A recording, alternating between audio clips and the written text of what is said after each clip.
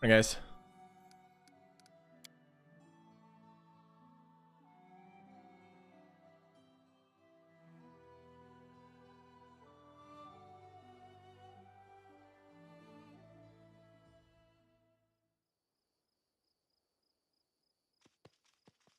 Butterflies.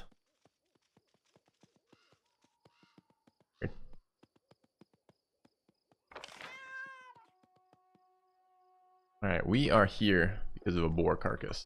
Running the companion quest. The last thing we're doing before Act 3. What? There's something unusual. Interesting.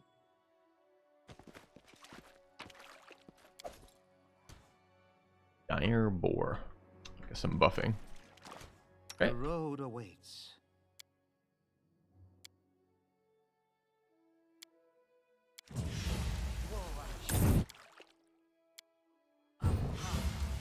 I will see this through. Our duty calls.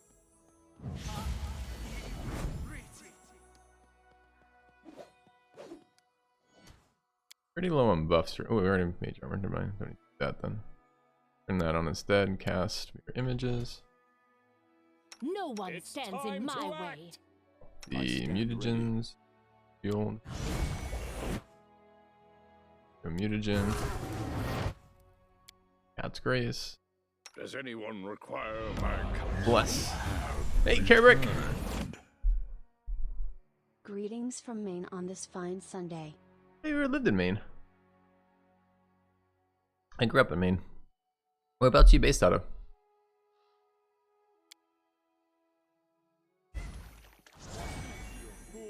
Well, greetings to you as well. Good morning.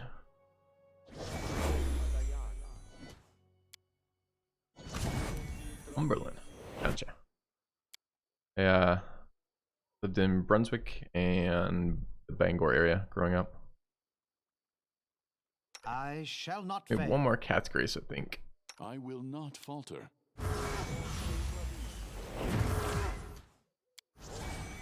Yamnaya.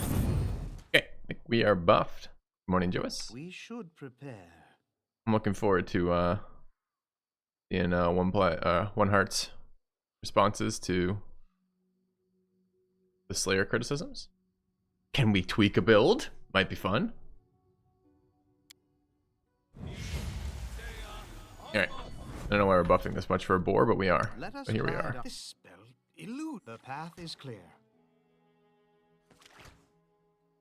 I can't charge these things. Combat is adjourned. It can charge me though. Oh. Boar. Left Maine 20 years ago.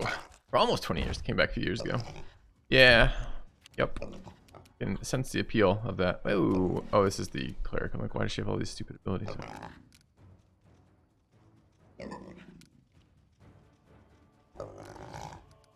Oh, she's never rested, so all of her spell slots are good. Unworthy.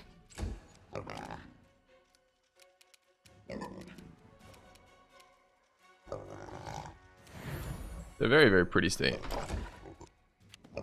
Cold there, long term for me.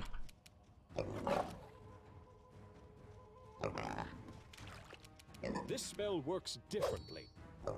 Whoa, what's that? One on a... I mean, how do we even miss that? Can we even miss that? Critical miss. Armor... Yeah, we can't miss that. So one is just the only way to fail that? Okay. You don't think I need to make things easier? The builds... I keep having to tell this to chat. I'm not worried about the builds being easy. I'm worried about having fun with the builds. Solid plan. These boars are so noisy, man. Spend so much of their time making noises. Out of my way. Right. For what? To die noisily? Morning, Geekbaka. Right. Where is our trap Let guy? us not hesitate. That's the leopard. That's not the trap Together guy. we stand. Keep your wits about you. I will see this through. Why with the mage hands, dude? You're right there. Tread lightly. I was successful in my search. I stand ready. I need to concentrate. I will not falter. Never stop learning.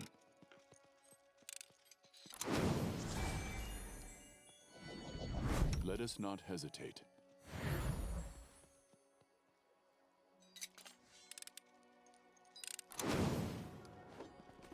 Right, there's quite a lot of traps going on over here. What is this?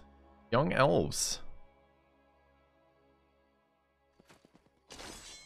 That's her? She's found us. Uh-oh. Not take our lives. Is she an elf killer? Time for words has passed. Is the time for words passed? We didn't even get any words out.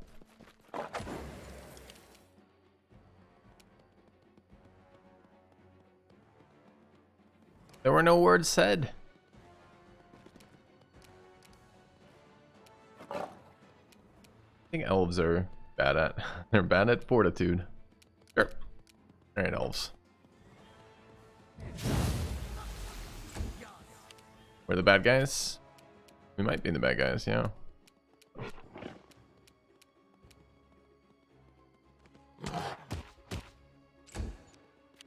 I shall not falter. Trying to kill him.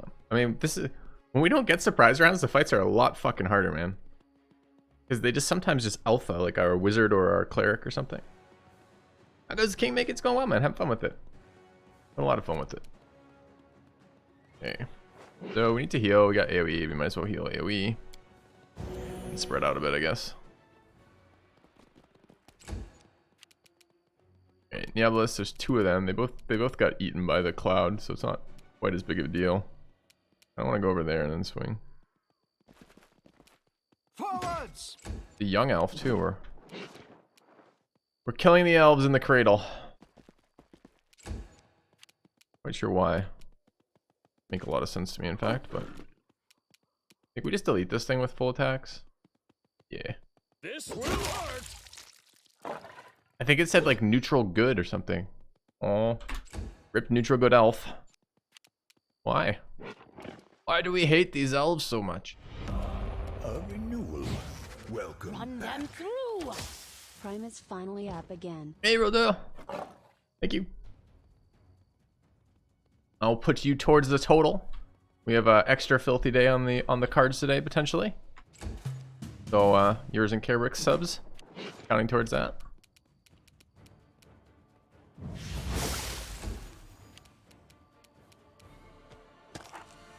Alright, I hope this is a storyline kill where we don't actually kill them, that the elf lies wounded on the ground. Tells you his entire life story before he expires. We need one of those, DM, so Aim carefully. hope that's what's showing up here.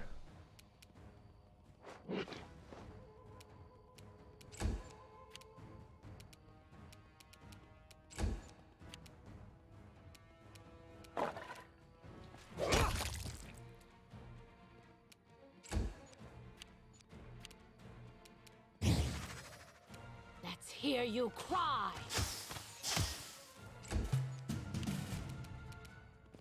I think we're ready for Act 3, by the way. Yeah. Repel the attack. I mean, repel the attack. We attacked them. Crazy elves attacked us. We had to fight for our lives. I mean, it's kind of technically true, I guess.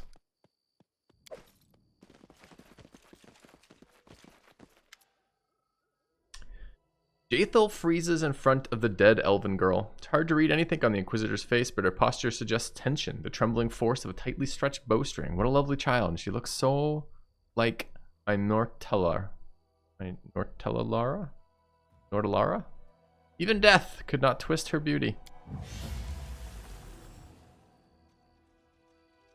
Resurrector? Convenient. The blank look in her eyes, she passes her hand over the girl's body. The feeling of an oppressive force, cold and painful, becomes nearly physical. A convulsion passes through the body of the dead elven girl. With a quiet moaning turning into a cry, the corpse opens her eyes and rises. Jaethel looks at her in amazement as she's surprised what she's done. Animating the dead? I had no idea you could do that. I never knew that side of my power. Something has awakened in me, the ability to share some god's gift. She studies her newly created undead with the look of a sculptor contemplating her creation. Withering under the stare, the undead girl begins to tremble. What have you done to me? What is this? I saved you from oblivion, you and all of your beauty, foolish child. Now you bear Gathoa's gift, just as you are undead.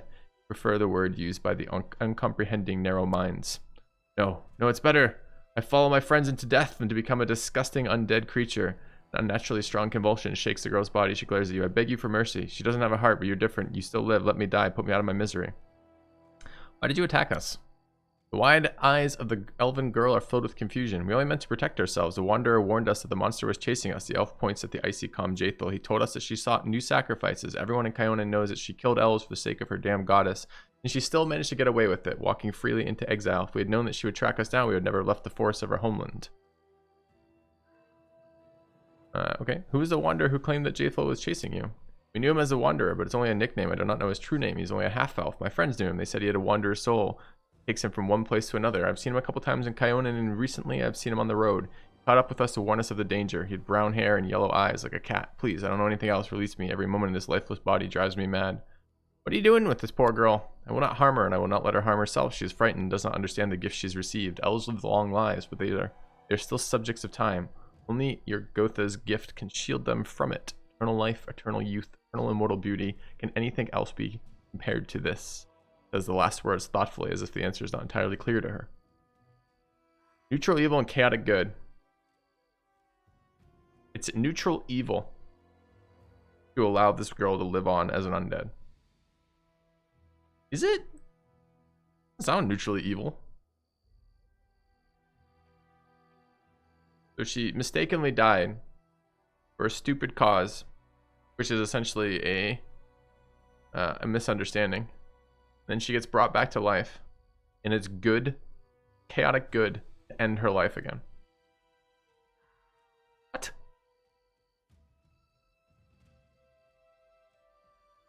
Made a decision the girl should not die. Being undead is better than being dead. I've made a decision you should allow the poor girl to die. This is her wish. Plus, for some, eternity might not be a gift. Yeah, the only point that's really arguing for number 4 there at all is that she doesn't seem to want to live here. I don't know. Maybe the neutral evil part's the ignoring of her decision. Her faith despises undead. It doesn't make it reasonable just because the faith does that. Imagine you just like substituted out undead for some random race in our world, right? No, like, just because it's a tenet of a faith doesn't mean it should be unquestioned or even followed. Again, the only part that seems to be a big issue for me is the lack of consent in the undead process, right? Sure. Kill her if you want. I cannot disobey my patron and master of these lands. However, I hope that you will not make a habit of disposing of valuable resources like that. Such a waste is bad both for the ruler and his subjects. Agreed. I do not know who to believe in this story. Did that merchant deceive us, or is the girl lying? I'm sure that someone laid a false track straight to the elven camp and convinced the elves we were hunting them. Everything points to this. I think so too. And we know who did this, did we not? A sudden appearance of a dagger, a false trail. The half-blood will have many questions.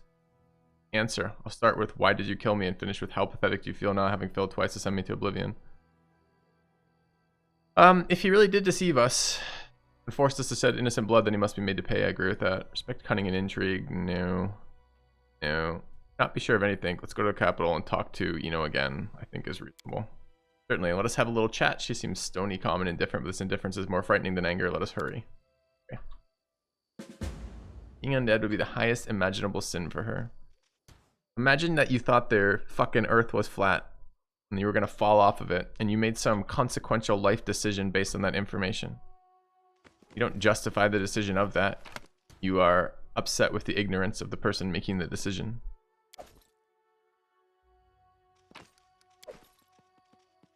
I don't think that it's justification for I don't think that's justification for allowing something shitty to happen. Doesn't matter if they like it or believe it when it's fictional. Let us be careful.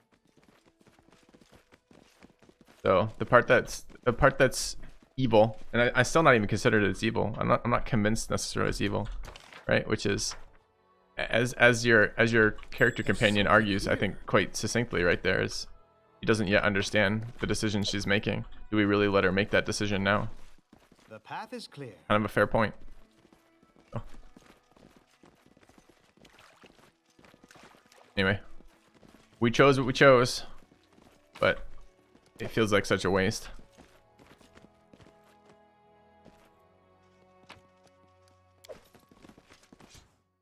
Isn't it somewhat less fictional in a world where gods exist? No, I don't think so. Although, to your point about what the outcomes are, perhaps. I guess I don't know. What does the lore say? You're resurrected as a zombie. Are you always... Oh no, a giant elk. Are you always evil? Let's head out. Like, are you always like forced to do evil things? Does the undead come with like a blood curse? Am I just killing a random elk? I talk to it? You should have run. Whoa! I do maybe want to shoot it, but fuck is a megalosaurus?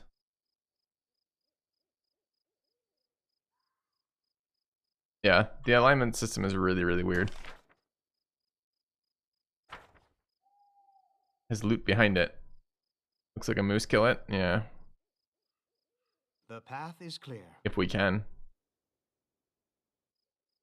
Die! Dispatch those fools! You'll explore that with a Jatho quest. Yeah, it's interesting. As I said, I don't really feel very good about the decision to kill her.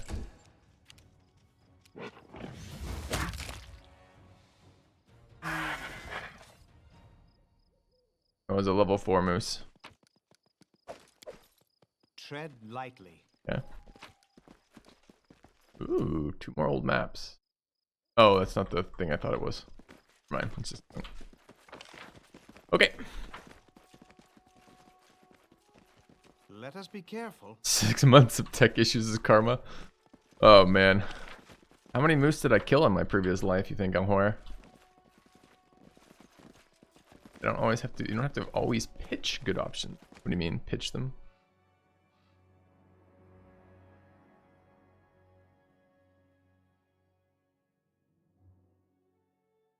I think it's an interesting decision. Pick. Oh, I didn't pick it because it was good. I picked it because I think it was a very mixed bag, and the overlying issue, the overarching issue for me was consent. And I think she probably is making a decision way too hastily, but I mean, it wasn't like she was a child. She was a young elf, so what's a young elf? Like 50 years old? You know, at that point, you're kind of like, all right, well, you're old enough to make your own decisions. I don't agree with your decisions. I think they're dumb, but it's not really my place to make that for you. So that's the part that I think it's a huge waste. And I think it's a waste based on, like, just from that 2 seconds of writing of morality. I think it's a waste because she doesn't understand what the fuck she's talking about. But, all right, at least it's her decision. So. Guess we're going back to Tussdale. Having completed this. Professor Pandemonium. Reputation. Fighting the dragon under the bridge. No, I haven't fought the dragon under the bridge. Could go back. It's only level 16. It's probably fine. Are we close to it? Alright, so we need to go back and figure out what Ennio the merchant's doing. Try to click the resource near my capital. Alright. How do I do this?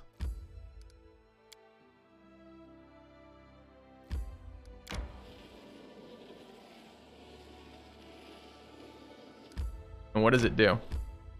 Claim. Now what happens?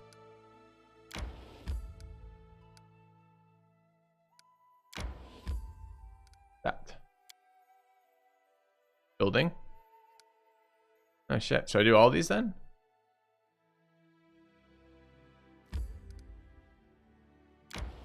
Why weren't we doing this earlier then? A rest would be welcome.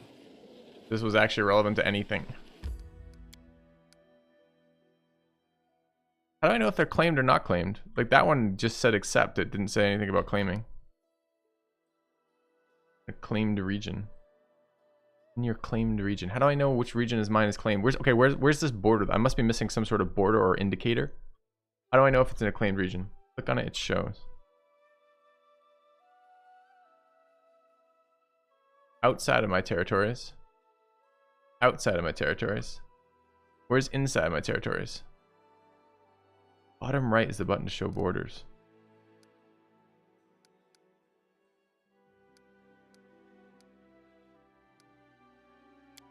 Ah, cool.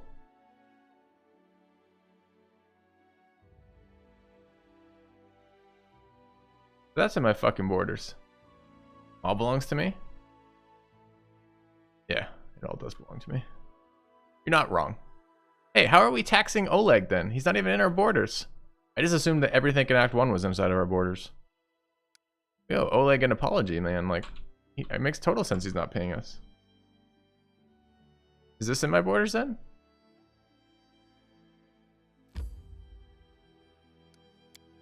That's the only place we can cross? The fastest route is way the fuck back that way?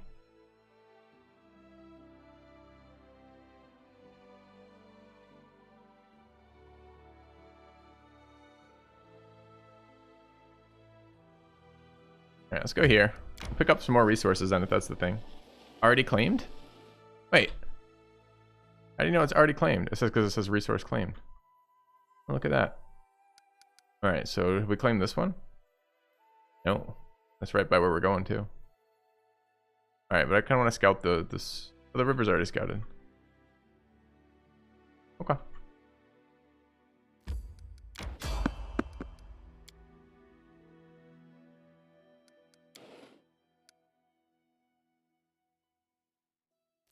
I'm beginning to wonder if I'm missing out on the base building. Oh, it makes sense, Alhoir. It's just a different type of tax. Not a subject tax versus subject tax. Yeah, I can buy that. It makes a lot of sense. Maybe disable the good evil signs and dialogues? Yeah. How do I do that? I didn't know that was an option. Is that like an option on the options menu?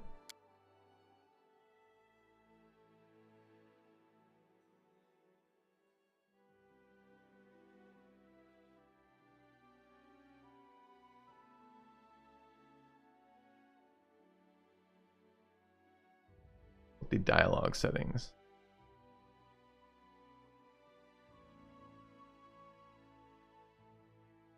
Show alignment shifts and dialogues. Show alignment requirements in dialogues. Show alignment shift notifications. Skill check results, experience points, notifications about received items. Show kingdom notifications. I'm not sure which of those are a real thing here. Show alignment requirements in dialogues. But an alignment shift is just a change in what my character's alignment is. I don't think that's going to turn off the option.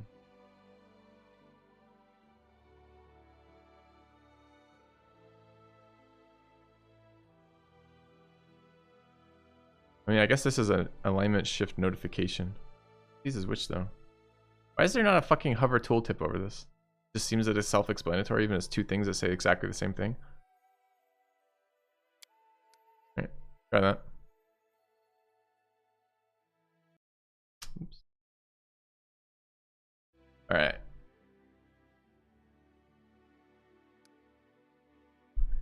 Yep, we're doing today is potentially an extra filthy stream if you guys want it. There's some talk of this yesterday, but I wasn't feeling up to it. But today I both am feeling up to it and have the time if we want to do that. They auto claim this stuff? I don't remember claiming all these things. But if you guys want an extended stream, we'll do it. Happy to do it. All right. Second one is after you choose something, it'll show you what it was after. Sure. Well, but okay. But that's what I want, Rodo. I guess I still don't understand the difference between these two here. So, all right, this will show me what it thought the outcome was, but this will hide the outcome. This will hide the outcome before I do it. So if it won't tell me if it's good or evil or whatever. That's because that's what I want. I think the dating advice stream will be fun, man. I think it'll be a lot of fun if we do that one. I'm totally up for it. I love the idea of doing something a little different, anyways. All right, let's go down to Tussdale. So what's the matter? We're fatigued. We're exhausted. That's fine. We'll rest in a second. All right. I guess we rest now. Am I ever going to I might be required to do skill checks in the The management. Whoa, what happened to our camp camouflage? Oh, because you're doing it.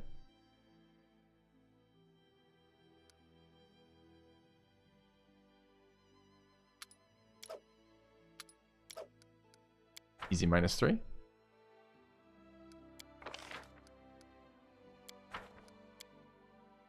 While I was still alive, I had so many wonderful feelings, but didn't have the strength to achieve my goal. I don't want to listen to you. It's morally Now reprehensible I have that you think I sufficient should be forced to strength for fucking listen to you. anything. Shut But up! my goals? There are problems with my goals.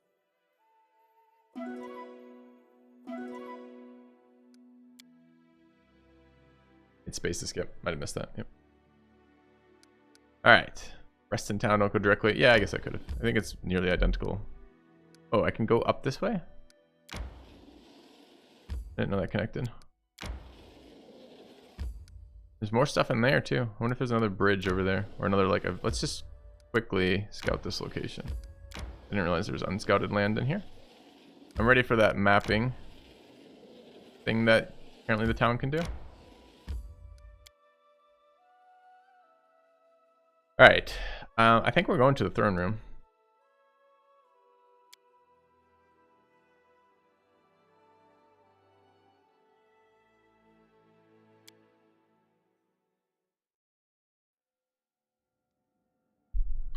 I think I was born old and crotchety, no ceilings. Okay.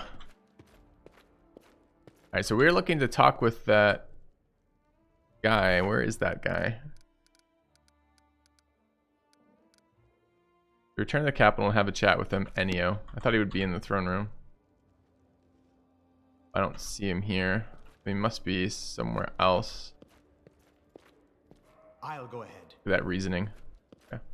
At the market, of course. That's where I normally allow my prisoners to stay.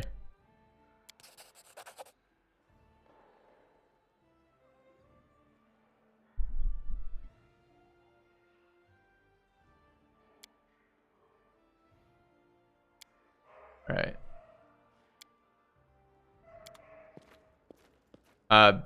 Clicking on the table passes time is what it does, Niablos. So I'm willing to do that in a second, but let's resolve the stuff we have here. Yeah. Do I enjoy being cranky as shit? Not quite. I think that oh.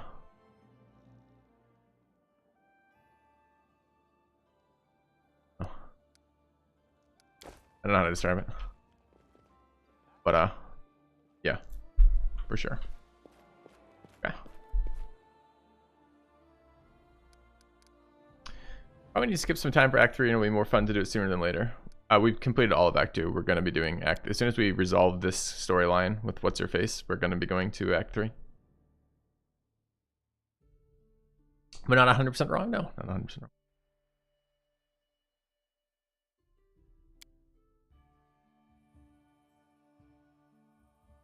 I don't know, something I think I might talk with Destiny about on Wednesday. Part of an idea, a continuation of that idea that you guys are discussing in chat right now. I don't think negative emotions are necessarily useless. I think they have their value. So. Alright.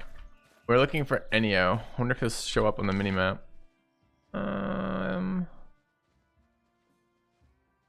Into the barn. Wait, we have a barn? What's in the barn? Do we have a troll torture dungeon in our capital?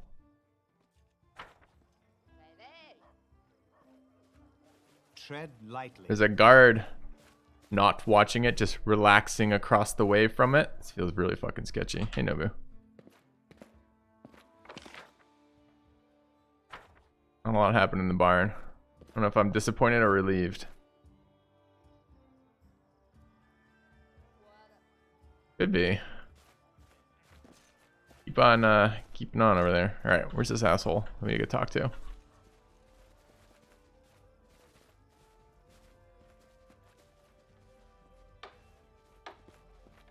The path is clear. I don't think the troll dungeon was a sex dungeon. The troll dungeon was just a straight torture dungeon.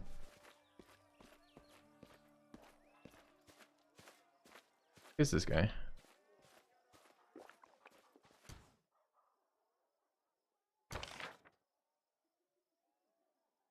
Why is Aaron so being shown as a significant object? Find out.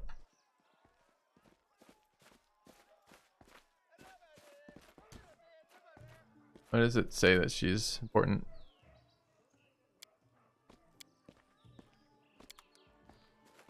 I'll go ahead. Hey, there's boxes to deal. Seems that Ennio disappeared, leaving his more cumbersome belongings behind. Ah, that's sketchy. Okay, but why did that not act like it updated the quest?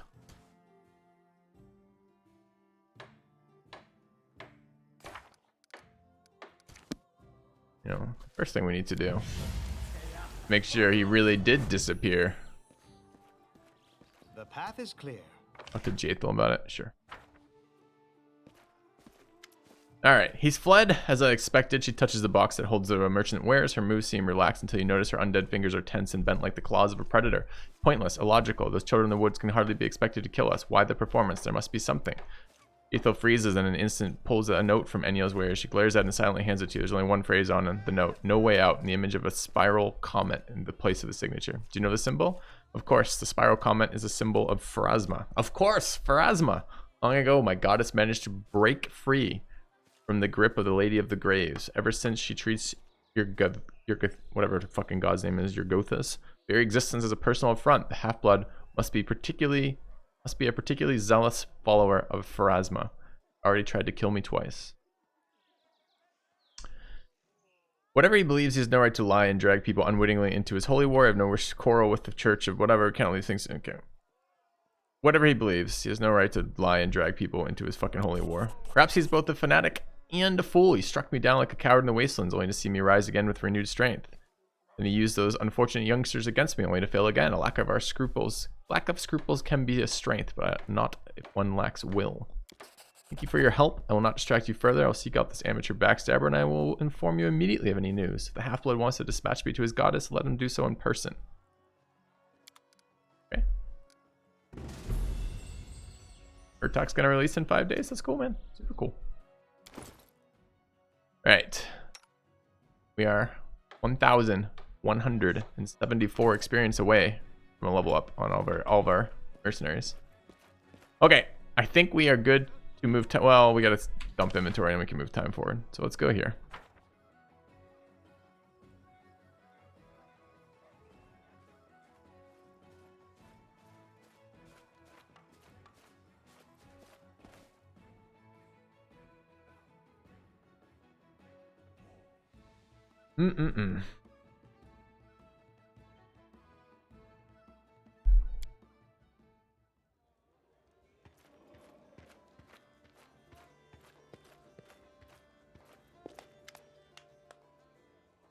All right, let's offer the garbage. Is this now a quest item that I can sell, or is it something I need to hold on to? I can throw it in our sack of stuff, but it seems weird to have it. Quests and errands, yeah, we will in a second. Yeah, we also picked up an Elven Curved Blade +1. Don't need. Picked up a Ring of Protection +1, which I don't need.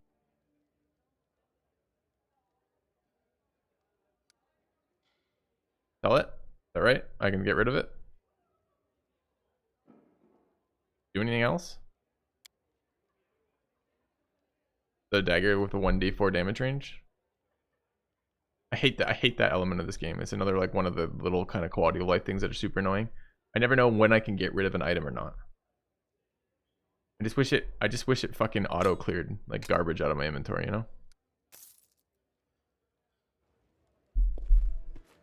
Let's head out. Okay. Go move some time forward. All right. I also want to check. How do I check on the BP that my the building points that my advisors have?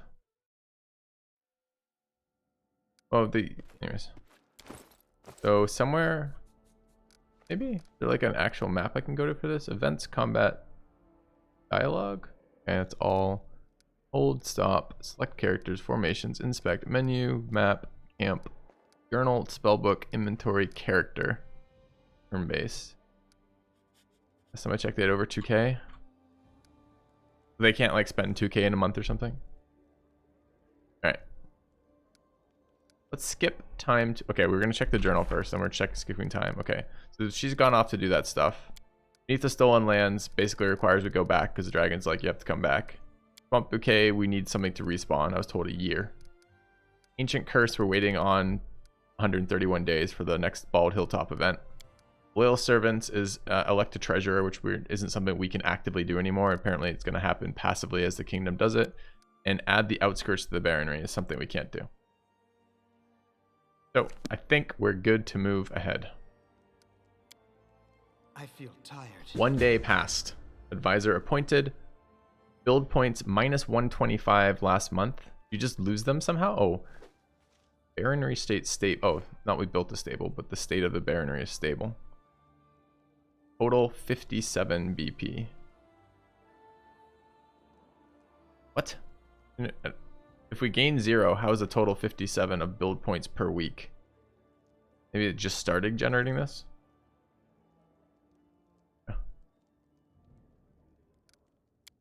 Need to visit the throne room. Here we are. Great news, Your Grace. Magar Varn, Lord of Varnhold, wants to form an alliance and establish a trade route. Here's Lord Varn's letter. Cool. Alright. Dialogue finished. Okay, that was it? That was the full extent of that dialogue? Okay. Good time to next event. Okay. Letter from Magar Varn. Success. Do I get to see any of this? Document was read and sent to the archives. Relations +1. Bandits outrage. Failure. We didn't get any loot from it.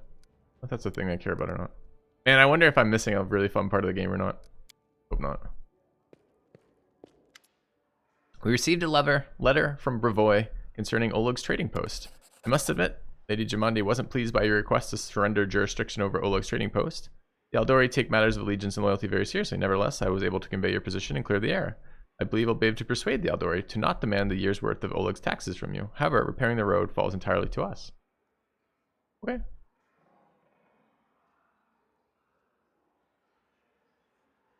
We'll repair the road then, dude. Alright.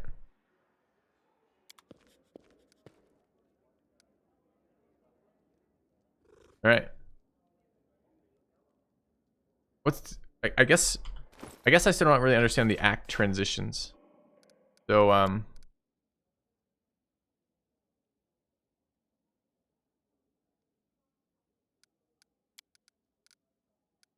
I going all the way through to Ancient Curse Part 2? I guess there's little things that might pop up along the way, maybe? Alright, we spent another month here. We spent 486 build points. That seems good. Means they're doing something. We've secured a source of mysterious weed. Maybe we've secured mysterious weed. Or mysteriously secured, I don't know. But we've done something with weed here. It was a straight up fucking triumph. She loves weed, and she gives us +3 loyalty from that. That's amazing. Right? I mean, a lot of things happening here. A lot of events. Treasurer requests your attention. Clean the South Gnarl Marches. Ooh, that's nice. It's expanding the baronry. There might be more sources of resource in there. Trade agreement with Mivan. Testimony of loyalty. Was bad. Curious cult. -3 divine.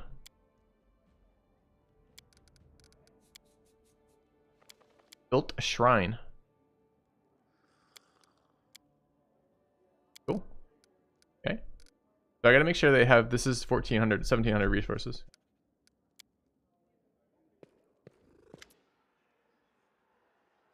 Bad news, Your Grace. There's a thief within your close circle. A significant shortage has been discovered within the treasure. An investigation is already underway. The guilty party will soon be brought before your judgment. It's her, isn't it? Lindsay, I might know something about this. Sad, most shocking event. Can we discuss this one-on-one? I'll wait for you at the inn after council. Needs to be drunk to talk to us about this? I never imagined she would find herself connected to such a crime. Scandal at court. A large sum is missing from the treasury. A young dwarf in worn-out clothes shows you the scroll of fine paper with an expensive seal. He speaks ceremoniously like a herald. Greetings, my name is Drag Wardosh. I come to you, your grace, with a request, or to be precise, receive a compensation. The Road of Shields used to run through your lands. It was built, among others, by my ancestors, members of the noble Wardish clan. This means they still own it, even though they were driven from these lands. According to all law, if a bandit takes my father's house and kills him, the house still belongs to me. So I've come for what's mine. Here, take a look. This scroll contains a list of expenses for building the Road of Shields, the cost of laying the stone, draining. We're about to execute a dwarf. Laying the stone, draining, cutting fire breaks, and so on. You and your people have lived for a long time on lands that lawfully belong to my people, making free use of the fruits of someone else's labor. You now please pay for the work my ancestors did. No. I, Drag Wardosh, humbly demand compensation for those who are no longer able to collect. I do not ask for gold. It is better that you give me a house with a shop, which will cost as much as the sum in the scroll. You see, I'm a blacksmith, and I'm used to earning my living honestly, but I can't work without a shop. As soon as I get what's mine, I'll open the shop right away. Then you'll have at least one decent bladesmith.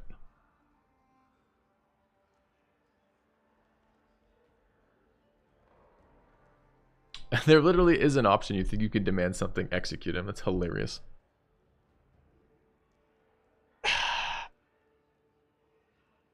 And it'd be more fun if I had a little bit more context, right? Like, what are we doing here?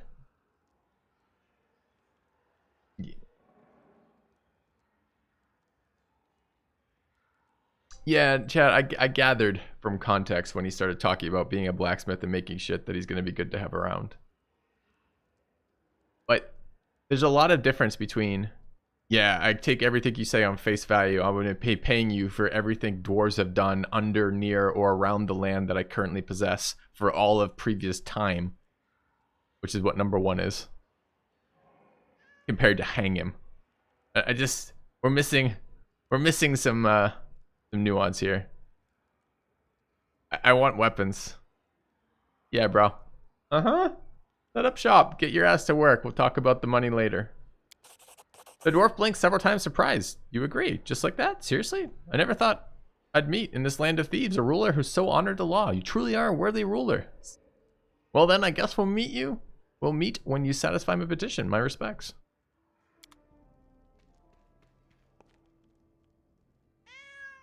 The categories. Good work, Cat. We've done it. I'll go ahead.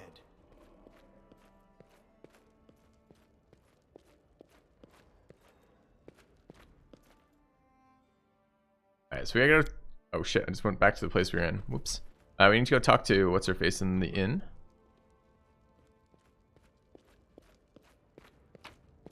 Aren't dwarves lawful good by design? I don't even know what that means in this game.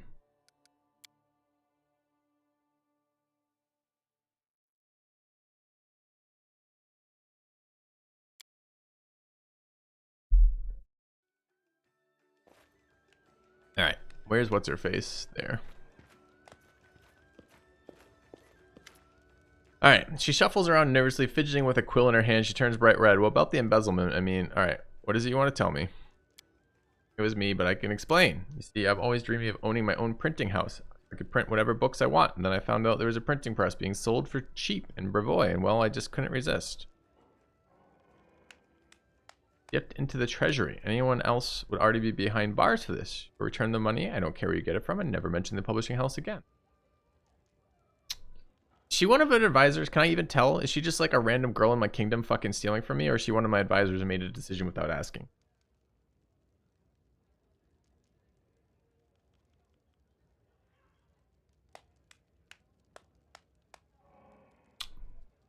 All right. He? Lindsay's a he? I think it's a she, right? I think it's a she. Open your publishing house, but no more surprises. Thank you, you have my word, it won't happen again. There's another problem. The press should have delivered by now, but it hasn't shown up. I'm afraid with our roads and seeming menagerie that roams them, it might end up vanishing into thin air. Can we maybe go check on it? Here. Right. Find the printing press. Right. We don't need supplies. We already sold shit. Good to go. We would have told her to handle her own shit. I don't know. Kind of enjoying wandering around our baronry. Figuring, oh, we leveled. All right.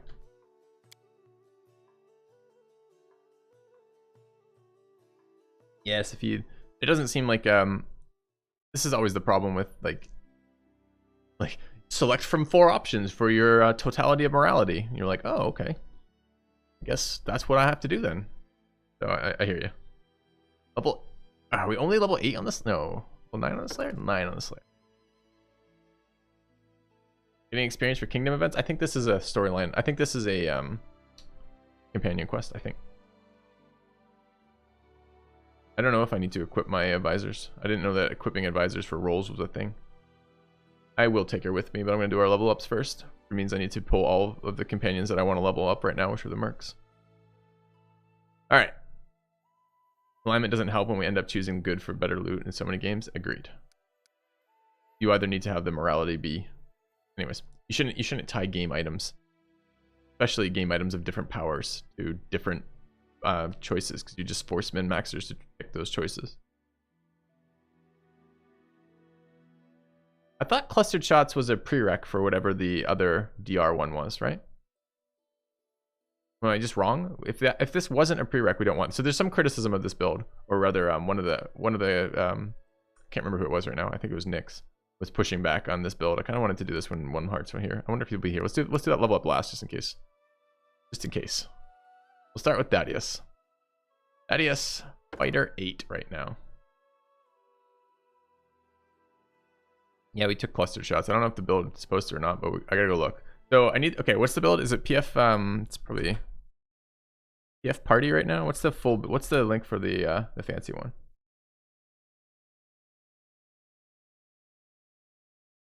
PF builds for more. Oh, did we just pluralize it? Okay. PF builds. Beat. Okay. Cool. Cool. All right. What are we working with right now? We're working with Thaddeus first, who is the handed fighter melee DPS, kind of. Yes, really. Okay. So what is this then? We have this is level 8 fighter. Wait, level 9 total, level 8 fighter. All right. We took outflank and blind fight last round. Makes total sense. Supposedly on improved critical and improved cleaving finish and greater something. Here, hold on.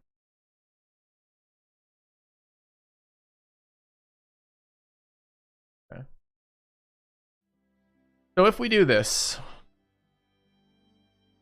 wait, we're not even getting anything at this level? No, we're there. So we get this feat and combat bonus feat. Okay.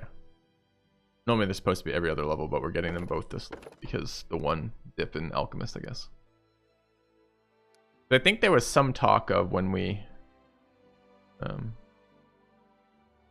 if we were gonna walk away from the two-handed fighter portion of this later, it would have been after backswing. I'm not quite sure where we were considering going. I think we wanted the huge amount of feat progression. I don't think I can unspec fighter, right?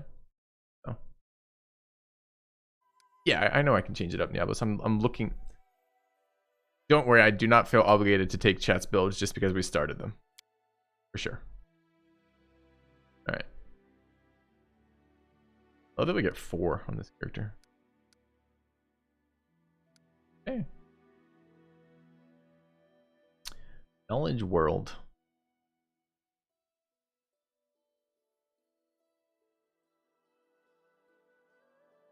Dude, do we have 3 people running Knowledge World right now?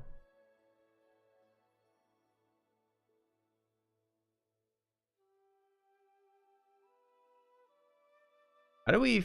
Oh wait, we're the second person running Lore's Nature.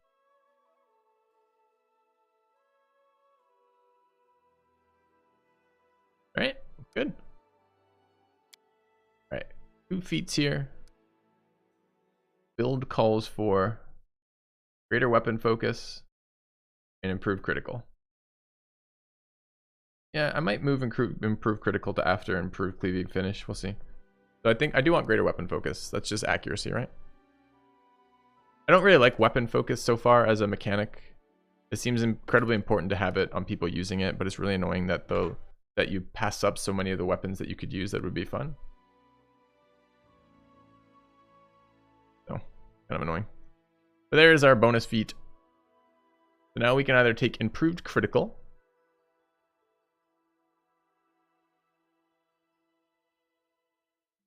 which is double our threat range. I think our threat range is currently... Don't we get 2 out of foe cards? Aren't they like 18, 19 crits? Or 19, 20 crits? This would double it to 16 to 20?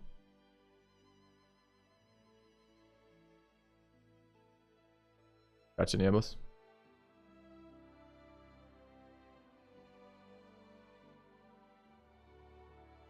$15 to 20. Maybe we can wait on improved cleaving finish. Problem with cleaving finish is only when I kill shit. And if I'm killing a bunch of shit around, it's almost always inconsequential.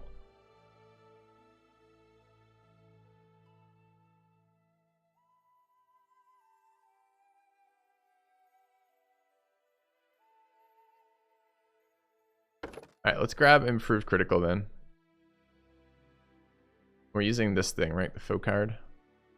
God, I fucking hope that's the right one. Yes. Okay. Alright. Alright. Our Arcane Trickster. Still leveling Arcane Trickstering. We are at 9, picking up baseline feat. And we're at 3, getting impromptu sneak attack. I already had that. Oh, but when we spec'd out a scroll savant, when we spec'd to scroll savant, we lost it. Okay, that makes sense. We slow down. Yeah, that's fine. All right. 6 gear.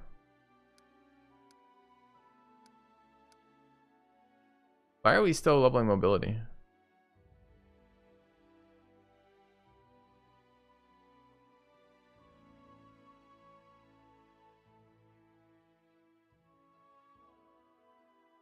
Was 4 the prereq for this or 3? Maybe it was 4?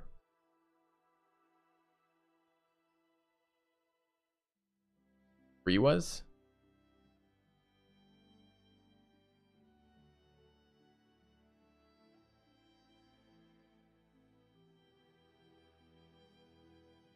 Yeah, it gets complicated when you're trying to keep so many of them. So we could backfill perception.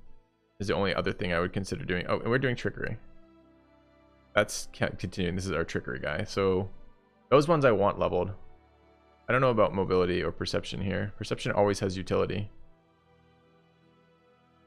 Mobility sometimes occasionally has utility. No, tragic booty has mobility too, right? Sometimes it's hard to tell because the number that it gives you is sometimes just generated by stats, right? Gain Trickster did need mobility 4. Okay. Alright, so our Trickster does have 4 points mobility. So are we currently then leaving mobility where it is and leveling perception? That might be where we're supposed to be. That makes sense. I don't think I want to invest more heavily in mobility on the Arcane Trickster.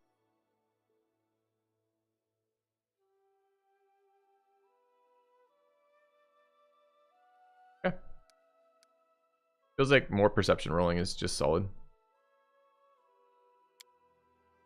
Alright. We are on next feat at 9. We certainly want greater spell focus. But let's take a quick look.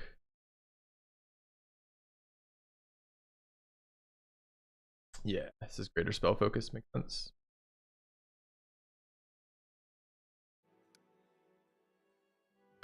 All right, greater spell focus conjuration. Sick.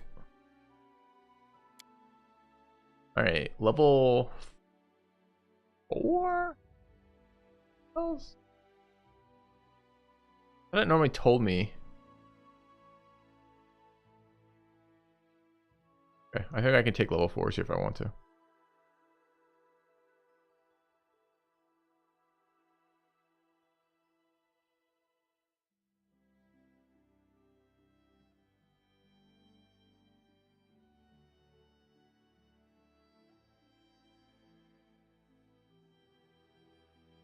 So illusion's bad for us. It's double cost. But we've given up. Already have these.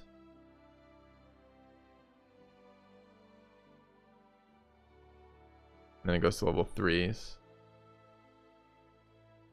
Life greater. 2. Personal though. Unlikely I cast this very often. Myself. These gex. I'm looking at controlled fireball. I know. I don't know how seriously I'm looking at it. I feel like every time I take an evocation skill, I'm let down by evocation, because I feel like evocation spells suck in this game. Our wizard hasn't seemed to be able to continue scaling his hit, even though he attacks touch. It still doesn't seem like it's gone up very well in terms of his hit rolls. So I also don't feel confident when I use attack spells on this character that they will actually do anything. You suggested some spells, huh? Okay. We have Acid Pit and Obsidian Slow. You don't have any other level 4 suggestions. I think DC in general is just stronger than direct damage. I know Animate Dead is supposed to be excellent.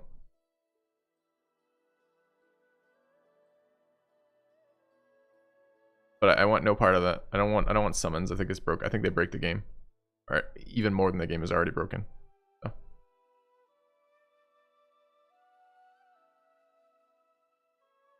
So with that in mind, we've got a shitty direct damage spell, which does do damage always, and fort saves partial, which we're never going to equip. We could pick up some of these. Like confusion is whatever. We could pick up the 2 AoEs. We could grab controlled fireball, but it seems terrible.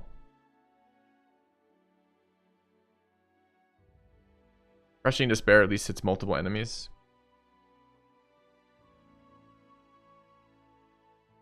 I'll grab Crushing Despair. Not very excited about it.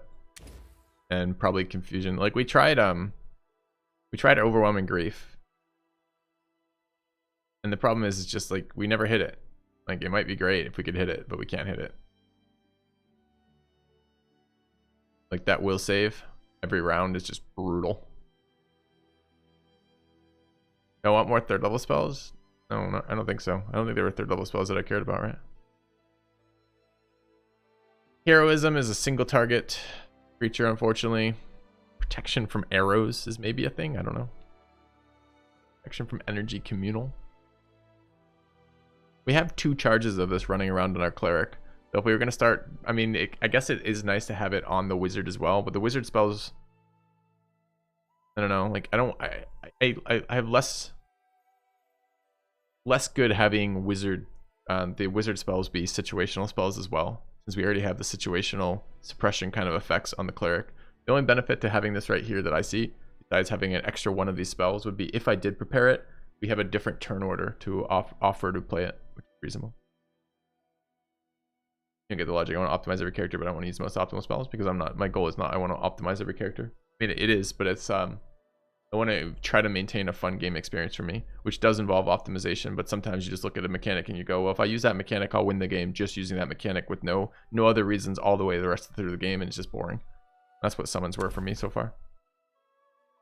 I think heroism's great, but I'm looking for like group heroism. It might be a different 4th level cleric spell. The cleric spells right now are pretty overwhelmed with shitty level 4s. We have 2 communal protection from energies, 1 free movement, and 1, I don't even remember, I think it's Death Ward. The goal of optimization to trivialize every encounter? The goal of optimization is to have fun with synergetic mechanics. Things that scale on a non-linear direction, like non-linearly, so they do more than just like, it's not 1 + 1 = 2, it's 1 + 1 = 3 kind of scaling for us, is so much more fun.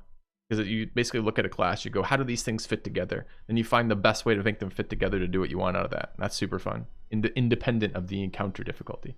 So I get upset when I face weak encounters. I'm like, well, you wanted me to what? Build shitty characters? It doesn't make any sense. So do we want to? I mean, as I said, the only benefit from this is not prepping less. It's just the sole benefit of this is that someone else would have it.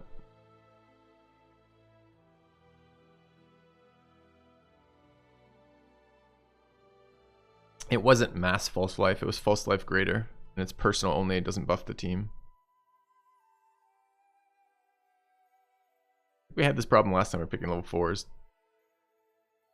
Oh, we can take stone skin. I don't have stone skin yet. Seems better.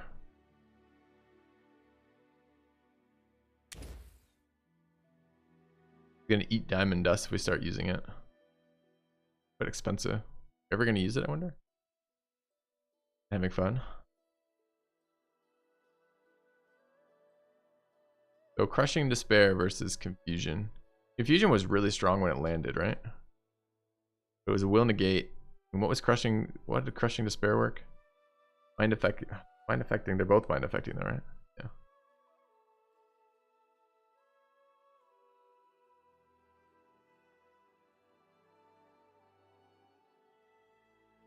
Affected creature takes a -2 penalty on attack rolls, saving throws. Takes -2 to everything. Versus does random shit. Does random shit is always a less desirable outcome for me. Alright, we'll try this AoE crushing despair. Okay. Alright. The world's least interesting cleric, let's go. Level 9 though. I think that's a spell level, I think. I think we get level 5s here.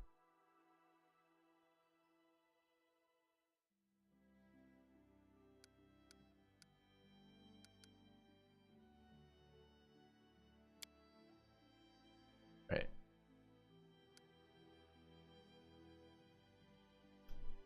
Cleric feat at 9. Our cleric feats have been so boring.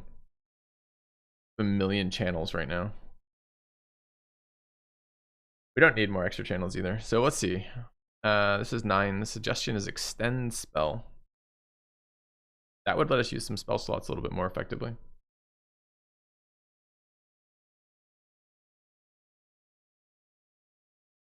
I don't know what spells the cleric casts that we'd want to extend.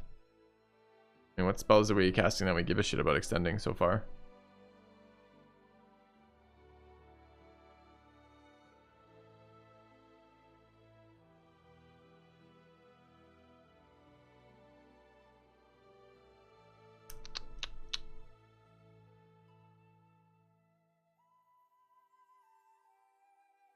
Mass stone skin at 6. Oh, rip. Blessing. You cast blessing. Blessing lasts for like 1,000,000 hours already.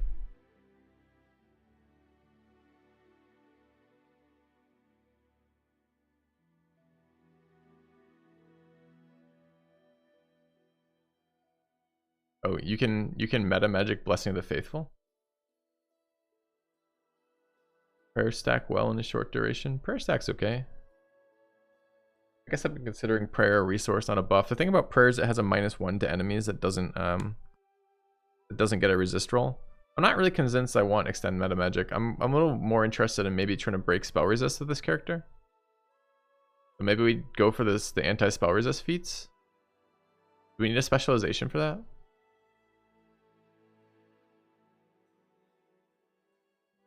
I'm also seriously considering like an improved initiative on this character. I was wondering yesterday when I finished the stream, did we take Bonded Holy Symbol? Was that instead of not an animal companion, but a familiar? I think this character really would have liked an initiative familiar.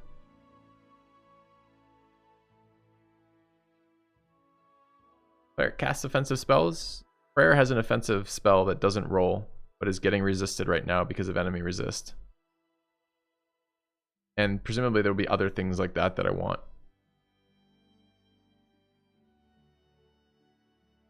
So I don't know where that is. What that's called. Spell pen. No. So I'm seriously considering spell pen. Like never had an opportunity to get familiar. Okay. It's just the wizard that was either reset or the other one. So I guess my thoughts here are either spell pen. I could try one of the meta magics. It would be nice to understand the meta magic interaction since I don't have any meta magic stuff right now. I just don't know what the fuck I'd be using it on. So if we look at these, I guess we need to look at the cleric, I guess is the answer before we can make any of those decisions. We'll take a look at the spell book. What are we using on the cleric that we'd ever care about extending? Close range is long enough for pretty much everything. All allies in 30 foot. These already have, I mean, it's 10 minutes. Is it just, it's not 10 minutes per level, it's just 10 minutes. So maybe we end up casting, okay, but we got to think, right? So am I understanding this correctly, chat? If I want to meta magic a spell, it goes up a cast level. So like this becomes a level 2 if I would want to cast that as a meta magic spell. So my level 2s are super busy. So if we were going to be, it seems extremely unlikely then that what I'm actually going to be doing is ever casting a level 1 as a level 2. We already don't have enough level 2 spell slots compared to other ones. So then maybe we'd be at level 3. What are we doing in level 3? Level 3 is actually fairly busy too. Like these buffs are pretty solid. And then we have the prayer buffs. And this is the thing I'm talking about with prayer being kind of annoying, is that it's a great ability that just debuffs the enemy, except if he has spell resist and then it just doesn't hit. And then what would we cast at level 4? Now level 4 is a little bit lighter because I'm told I'm going to need Death Ward later and I have it prepared, but so far level 4 has been quite a shitty level for us. So there's something to be said about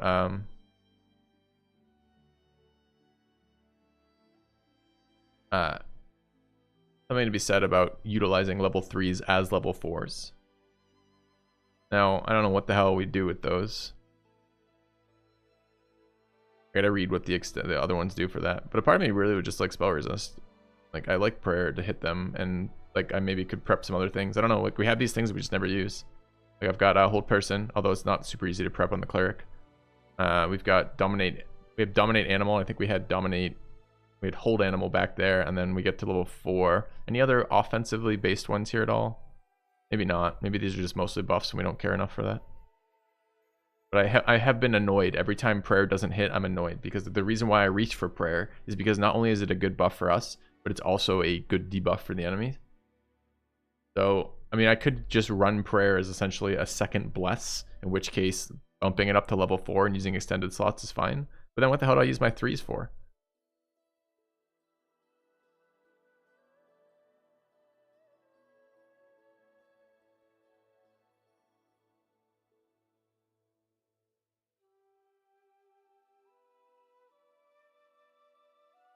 More prayer. Why am I boosting the first prayer? So the thing, yeah, but it feels like that's almost circular, right? Because, all right, why would I want meta magic? Why want meta magic to have prayer up more often? Well, by having prayer up more often, well, what's the benefit of prayer? Prayer debuffs the enemy. Well, that's good. So I'm gonna cast prayer, but then they're gonna resist it, and I need meta. And then now that I have the meta magic, I still need the fucking resist check, right? Like, doesn't that argue for something else?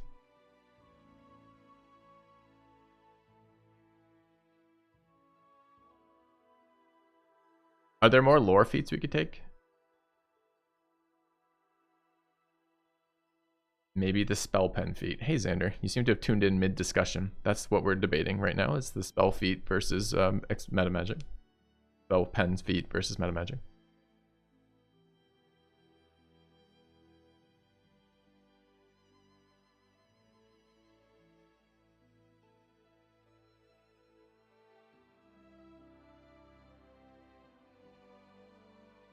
Hey Sarah.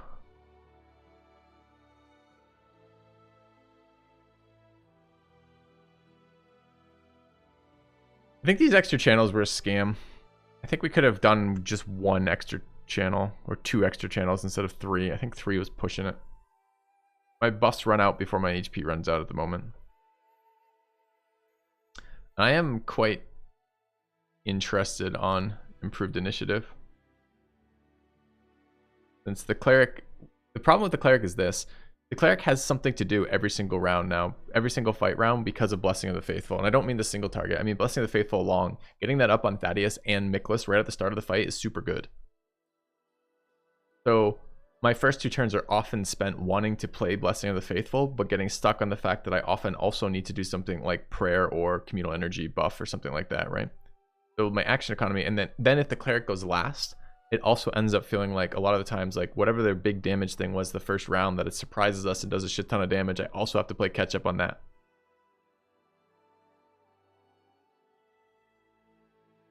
So, part of me. All right, so what do these do? Power spell.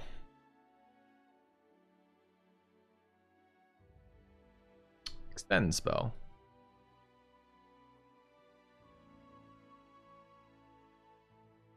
That would be the one we'd be halfway interested in.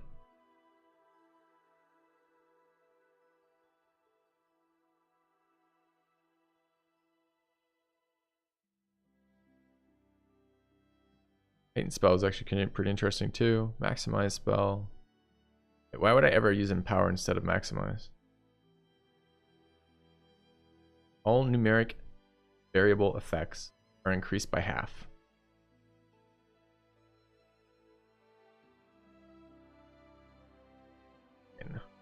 Cast spells in a fraction of normal time. Casting a quicken spell is a swift action. Perform another action, even casting another spell. That's pretty fucking good. Spell whose casting time is more than 1 round or 1 full round cannot be quickened. Level increase +4. Ouch.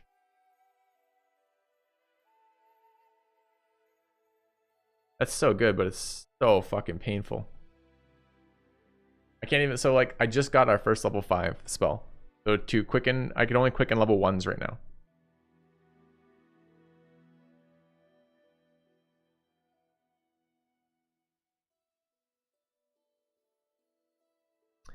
And how does the prepping work for this? So let's say that I have a level 1 spell that I want to cast as a level 5. Do I have to have pre-prepped it that way? Or can I make this decision when I need it? And I say, hey, I've got any level 1 spot that any one of my prep level 1 spells I suddenly want to cast as a quick spell. I have to pre-prep it too? See, this is super good if I don't have to pre-prep it, even at the cost of +4, and it doesn't seem very good at all if I have to fucking prep it.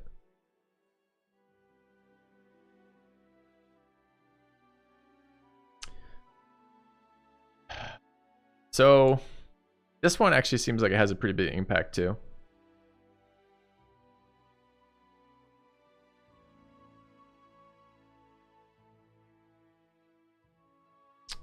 So converting a touch spell, touch is useless as a cleric for removing debuffs, and there were a few of those. I just got to see which ones they are. So there's definitely some spells we have ignored because they were touch, and touch is shit. I just want to see where they are.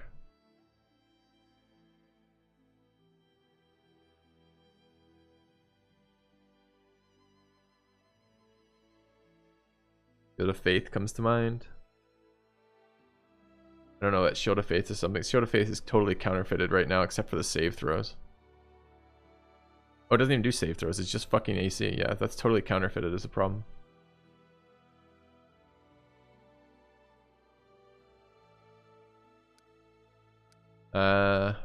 What else? Aid? Wouldn't it be terrible to cast this at range? Have to be a level 3. Level 3s are a little busy.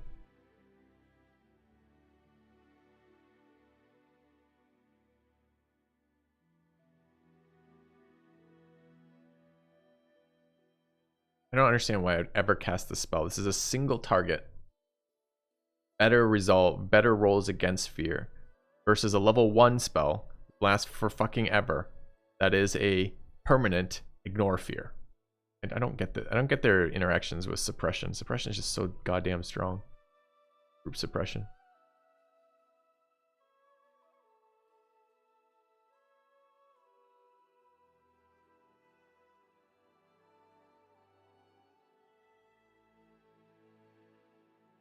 So level 2s going to level 3. I mean, extending these buff spells would be good, but the problem is I have level 3 spells I like. So any of these touch? Contagion. If I cast an evil spell, chat, does it do anything? Like, you regularly use evil spells, does it like change your alignment? This is, okay, first of all, it would take out this prayer, but it doesn't matter necessarily. It is This is both. This is just cleric domain. So everyone, all cleric. I can use this in any of my spell slots. Okay. What do we do? Blinding sickness, 1 strength, 1d4 strength damage, or be permanently blinded on a fort save. Do I choose which one, or is the disease random?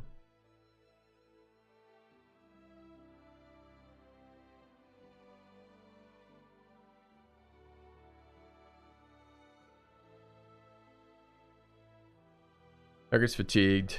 Oh, these are just these are just stat damage, and the stats are inflated on this difficulty. It feels like such a pointless thing attacking stats right now. Like it's devastating when the enemy attacks our stats, but not super relevant when we attack their stats. Yeah, there's bestow curse. Is that a little bit better maybe? What are the curses? Also touch range, which is useless, right? Place a curse on the subject. Will negate. On these are penalties again. I guess strength and dex is still accuracy for a lot of enemies. Jesus, curse of deterioration is amazing. -4 penalty on attack save, attack rolls, saves, ability checks, and skill checks. Okay, so bestow curse is actually, that one is actually something I care about. All right, and the fact that it's currently a touch range spell makes it nearly useless.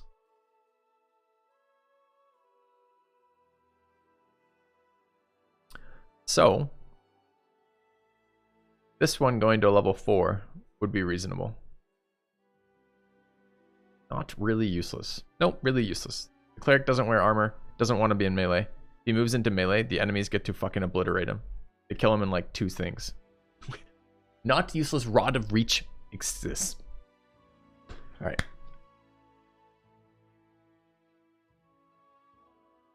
Anyways, so touch spells right now are useless without some way to extend them. We're considering taking a feat to extend them because that would allow us to attack with that, which might be useful. Oleg sells a Rod of Reach. How does Rod of Reach work?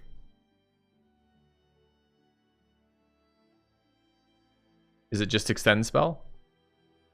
Because you guys are arguing really hard right now. Every time anyone suggests any sort of meta magic, all of you say, oh, a rod exists for that. You're arguing super hard right now for spell pen.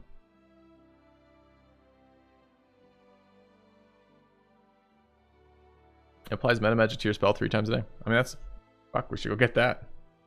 It's like a free feat. I don't even have to prep the spell like that.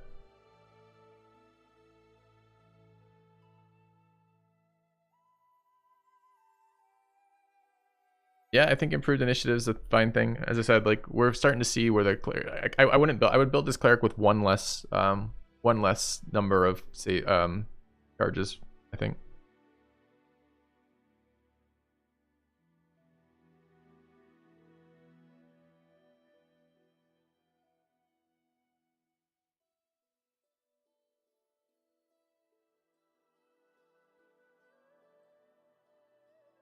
So it depends how valuable Death Ward is later. Yes.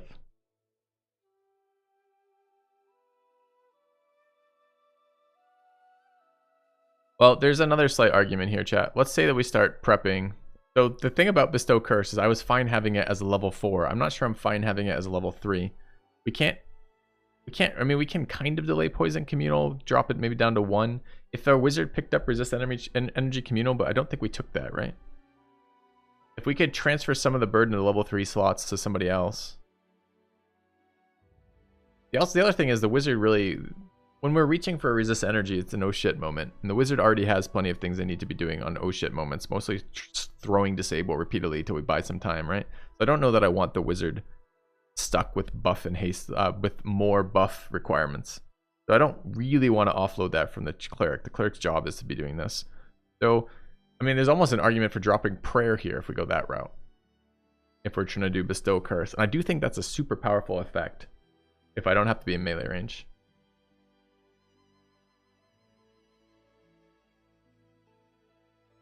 So if I do that, we are putting this at level 3. And we're adding an attack spell. And the attack spell requires that I get through enemy spell resist, right? If we get through enemy spell resist, so now we're making a will save without a specialized. We're making the enemy throw against our DC, but we don't have spell specialization, so our DC is too lower than it could be. and we're now attacking into DR to magic resist, and we don't have any abilities to do that. And we're either adding this as a level 3, and I think the spell sounds, the bottom part of that spell sounds incredible. Like, that sounds so good.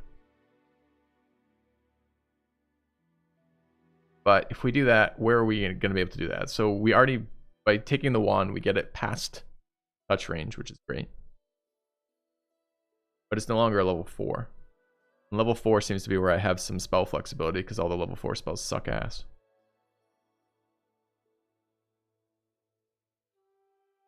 Yeah, I'm with you, Nyx. Although I think we're gonna find some encounters where we start a chain reaction of debuffing the enemy's saves, right? Right. That's the question, Xander. Is I could just ignore offensive spells in the cleric. Don't care that most enemies have insane saves later. What is the relevance of that comment? We have like 10 different ways to debuff saving throws. The whole reason why we're taking the intimidation stuff, right? So we can more reliably land debuffs. And the way that stuff works is the more of those you stack, the more reliable all your debuffs are.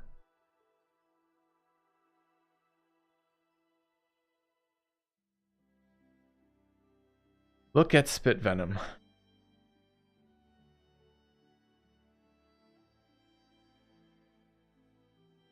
Range touch attack on a non-dex based character. We will never ever hit this ever.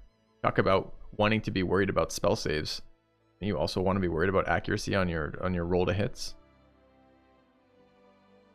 Thank you. I tend to rage quit. Used to be a rather controversial episode. Overall, didn't score very well for EA fan approval. Used to be really polarizing.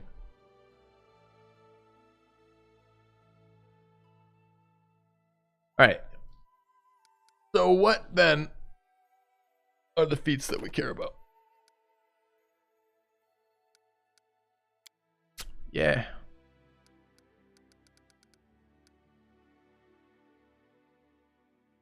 Alright, still leveling perception. My character without perception as a spec is interesting.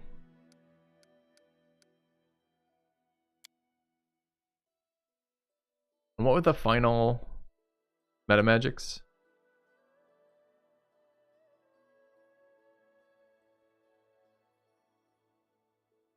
Power was kind of, I don't really understand the difference between heighten and, okay. No, not heighten. What was it? Maximize. All variable numeric effects of a spell modified by this feat are maximized. Good. But it's level increase plus 3. So Empower is just like a shittier version of that. Okay. But it costs less of a cost. And the wand just makes this like trivial, because the wand gives us maximization without any cost. The wand seems so good, dude. The rods, rather. Alright. Then so duration twice as long. Heighten higher level than normal. Actually increases the effective level of the spell that it modifies. All effects dependent on the spell level are calculated according to this. Oh, that's really flexible then. But what heightened spell does is it lets me basically change the spell level of any spell I want.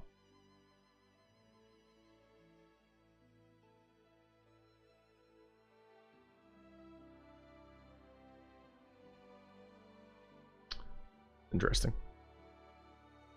Yeah, I'm really tempted to take it just for the fact that I have yet to do any of the meta magic in this game. And I kind of want to, I mean, I'm using the rods, but I want to see kind of what it looks like to prep something.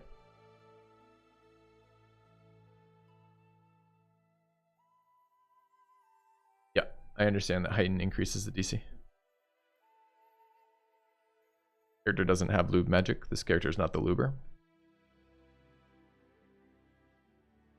Picking was powerful. So okay, so we're gonna go buy the reach rod right now. I mean, this is Chad's cleric. That's cleric. Has to be capable and competent in reaching. That's just how it works. So what then are we looking at? We're looking at spell DC on flexibility. What does that do here? Again, what are our spells? So we could move I guess we could move a bunch of spells around, honestly. Like, if I don't really care about my level 4s, then I could move any level to any other level, right?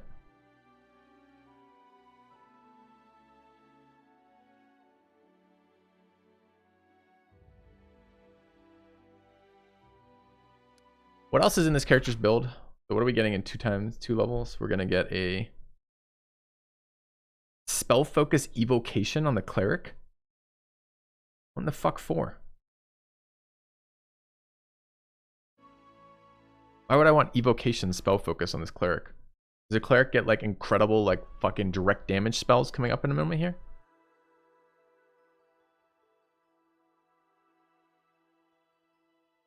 There's almost no way that I'm taking spell focus evocation. Probably a hard no for me. Alright, the other thing I need to know is I need to know what spells we're going to pick up at 5. So we just got our 5th level spell slots, right?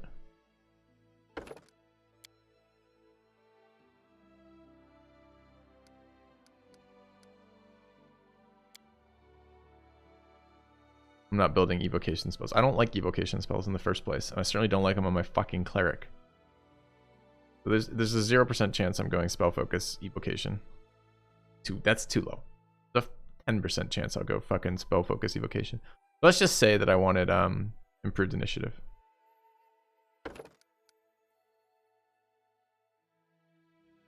Alright, where are the spells?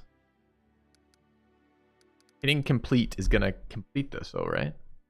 Oh, because it's a cleric, I get them all. So this is okay. Shit, I gotta be careful then. So I don't choose. I'm gonna be choosing which ones are equipped. All right. So what do these things do? We have a bunch of new spells to figure out. Take on the form of an angelic being, including some of its physical characters. You gain resistance to acid and cold, DR5 evil. You also gain 2 deflection to AC and 2 resistance bonus on saves against attacks made by evil creatures. This is like a dulled down version of the angelic aura that we just fought. I mean, that doesn't help us. We're never using any of those things. Bone Shatter is a scam. Break Enchantment seems like it's going to actually be useful to us. Oh, it's all allies too. Very nice. Almost certainly going to get played. This spell frees victims from enchantments. Break enchantments can reverse instantaneous. For each spell, each check, you make a caster level check. 1d20 plus caster level plus maximum plus 15. Oh no, 1d20 plus maximum caster level, maximum 15. Against a DC of 11 plus the caster level of the effect. Okay, but this is not buffed by focusing, right? Because I'm rolling against their DC, not them rolling against my DC to break enchantments. Also dispels your enchantment. It's funny because the wording doesn't make me think that. You're not a victim of a positive enchantment, right? Yeah, unfortunately, Safid, the way this works in this game is all of our enemies are like 10 caster levels higher than us. So like it just becomes the same thing that Dispel Magic has for us right now, which is we never fucking cast it because it doesn't do anything. It says all and it means all. This spell frees victims from enchantments, transmutations, and curses. It doesn't say all. There's no all in the description. The only all in the description refers to all allies. So it doesn't say all.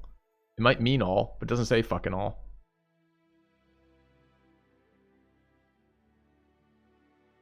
Also, I don't know. Alright. What's serenity?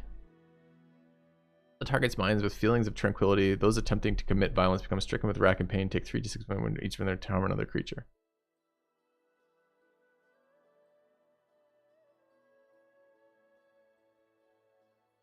Breath of life. Friendly creature within touch range.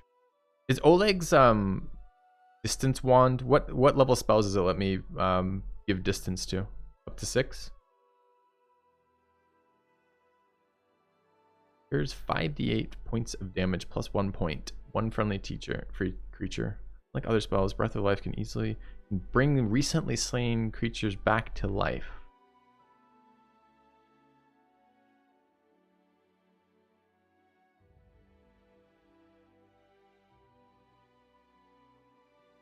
Seems good.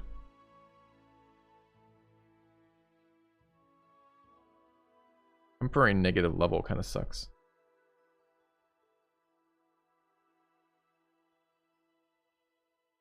Lesser, so up to 3. So this would not be one of the ones I could extend. When will we get a wand that will let me mess with level 5 spells for range?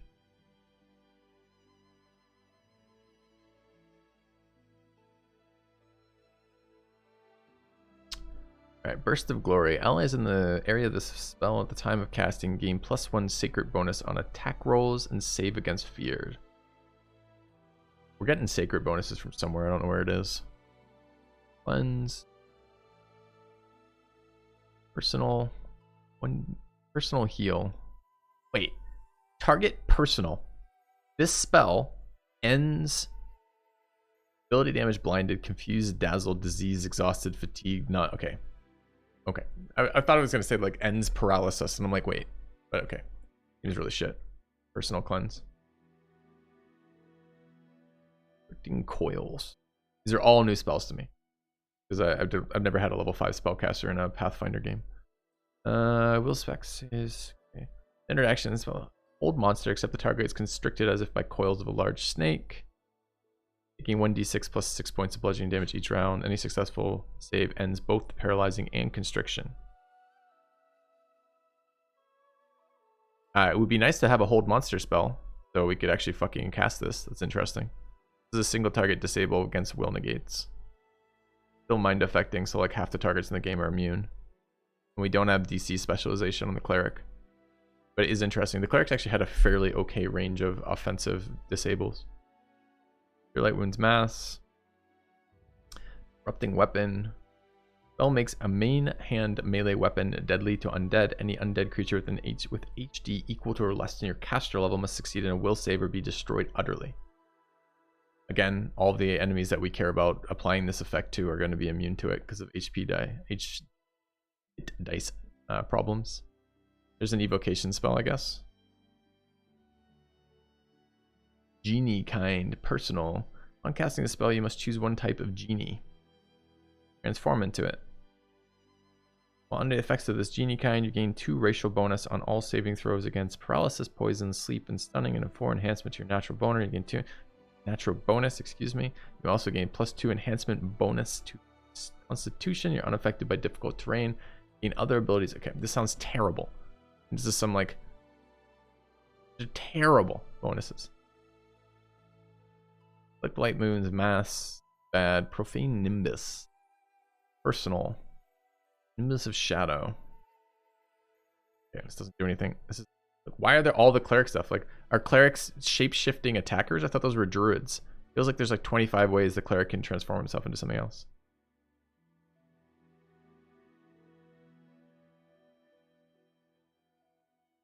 What might work well with the cleave effect?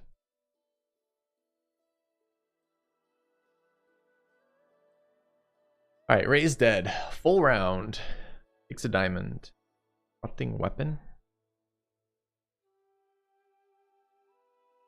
Sure. I guess if we ever fight a horde of zombies that need to be one-shot and Thaddeus can't one-shot them already with cleave and greater cleaving finish, then sure. Yep, Disrupting Weapon could be okay there. Sounds like a really, really thin style of problems, right? And I haven't fought any fights yet where they get you via hordes of weaker undead. Almost all of the fights revolve around bigger, higher level guys with shit tons of really powerful stats, which just does nothing to. We had one large zombie fight. I think it was outside of the Stag Lord's location. And I don't remember that fight. I remember that fight being fun, but I don't remember like that fight being close or difficult. I don't think so. Raise Dead seems like it'd be a good one to have access to. Oh, wait. What is this? Coming back from the dead is an ordeal. I almost just read the first part. It also removes their death door. Okay. Subject of the spell gains 2 permanent negative levels when it's raised, just as if been hit by an energy draining creature that cannot gain a number of negative levels equal to higher than total. Okay. I can just remove these again, though, right? Okay. Righteous Might is personal again. Your height doubles. Your weight increases by a factor of 8. Gain access to the pantry. Your wife has no ability to control your access to the bag of chips. Amazing. Righteous Might. Or size, strength, con, X, enhancement. Okay. This is like the 5th level 5. Like, okay, how many level 5 spells are there that buff, like, got Angelic Aspect, Genie Kind, Profane Nimbus, and Righteous Might as 4 fucking self-buff transform effects that we get access to as a cleric. Yeah, so there's probably some shapeshifter cleric build out there that we aren't playing. All right, Sacred Nimbus, also personal.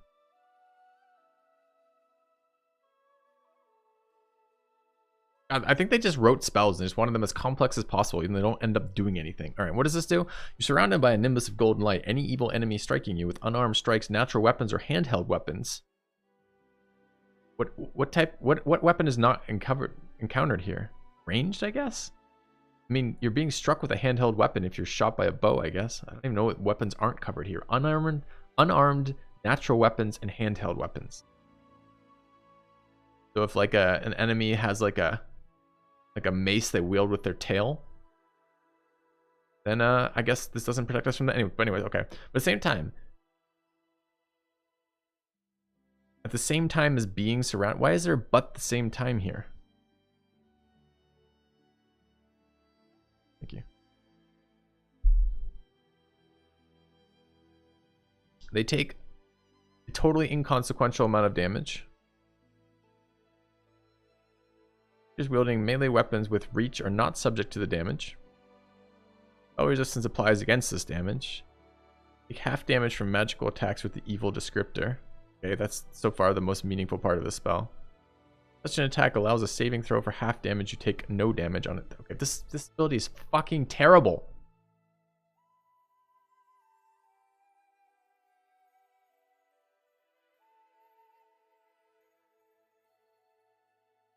Spell resist. Single target though. True Seeing. For the ability to see all things as they actually are. Blur counter. Finally. Fucking blur counter. Alright.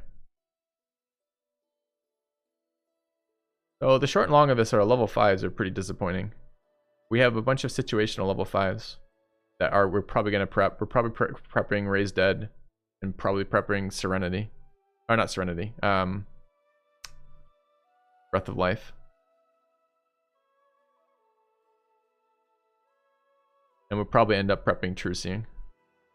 The rest of these are absolute garbage. So, does that impact our decision making at all on feats? It feels like Heightened Magic might be pretty good. And it feels like Spell Pen. It depends what we want to do with the cleric. If we want to try to fit in some offensive spells from time to time on the cleric, then we probably want to prep some spell. We want to get Spell Pen. The problem I'm having is there doesn't seem to be a whole lot of them. There's a couple that we liked. Noticeably, feels like I missed out on Bestow Curse. Bestow Curse actually seems very good. And later on, the one we were just looking at, seemed pretty good too. What was it? Oh, we didn't even look at our. Oh, I didn't even look at our domain spells. What do we get for domain spells? Allies in this area of the spell, time of casting, gain +1 to attack rolls. Okay. That was a regular one too. Dominate Person just showed up as our domain stuff. Mind Control. Humanoid. Mind Trap.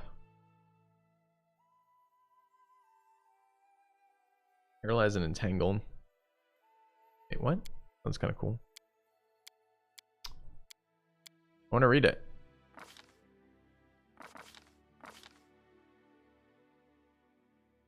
The spell is cast, the subject becomes paralyzed and entangled. Though a successful reflex save negates the paralysis. So it doesn't get to save, it just always is entangled. Each following round, the subject may attempt this new saving throw to end both the paralysis and the entangle.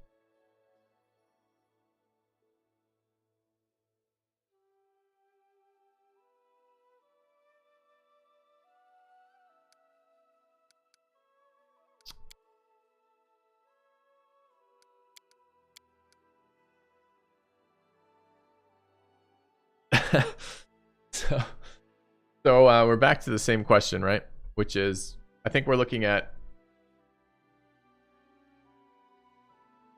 extend range, meta magic range, meta magic heighten,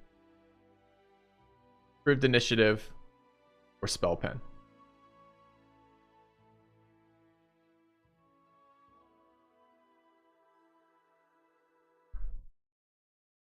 I mean, we can get all of those. There's nothing else we're taking. I'm not taking fucking. I mean, we maybe have some issue with spell focus, but I'm not going evocation. Necromancy spell focus would make a little bit more sense. Are the rest of our throws, rest of those spells, were they both necromancy? I think they were. Question is, are we ever going to have the action economy to throw offensive debuffs on cleric? So that was necromancy. Blind is necromancy.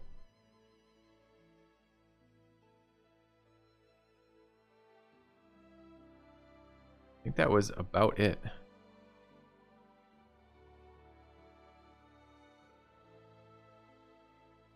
Bone Shatter. The other cool ones were... Cool disables were not. Alright, I might be able to be talked into speccing some necromancy at some point on this character. I think the problem is we took convenience picks for the cleric along the way. We weren't really expecting to have to make these decisions, so the build comes online really late if we want to do something with this.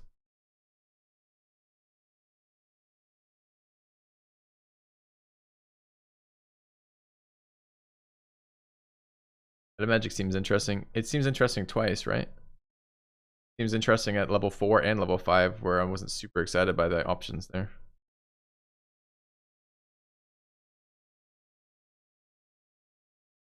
Kind of character am I playing?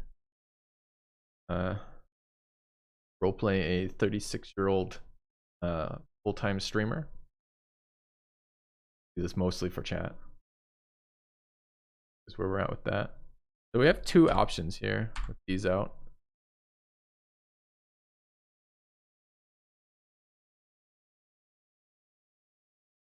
I guess. I thought we already took 3 levels of extra channel. Why are these not showing that way on the build sheet? We took extra channel at 1, extra channel at 3. Wait, I thought we took selective channel at 1. We did. Probably in there. Okay, so we have 3 levels of extra channel. And a boon companion.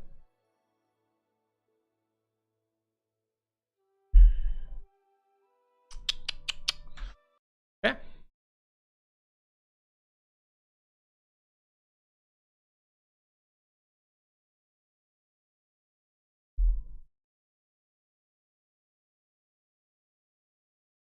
There is some universe in which we want to spell focus necromancy late game. You have returned. Hammer the gap, filthy. Do it. Dolphin Chemist. Hey man, thanks for the sub. Hope life is going well with you. You've been playing some interesting games recently. Wow, cool man, cool. The Urtak is being released. Have you played that yet, Dolphin? It's so good, and it's coming out in a couple days. It's like, I don't know, you never got into Battle Brothers though, did you? You weren't part of the Battle Brothers crowd. It's like Battle Brothers 2.0.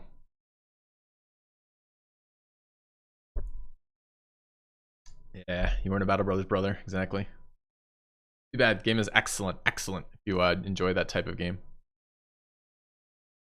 And your brain shrivel like a raisin. No, you want the extra folds, Dolphin. That's where you get a lot of your processing power from.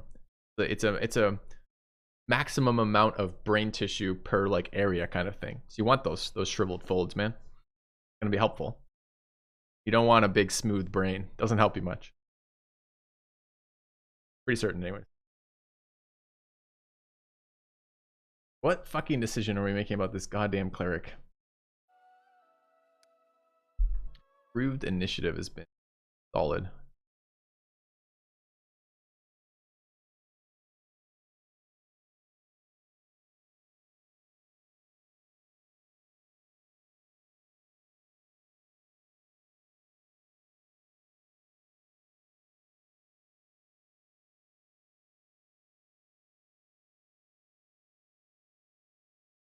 All right, I think we're going with it for now. Okay.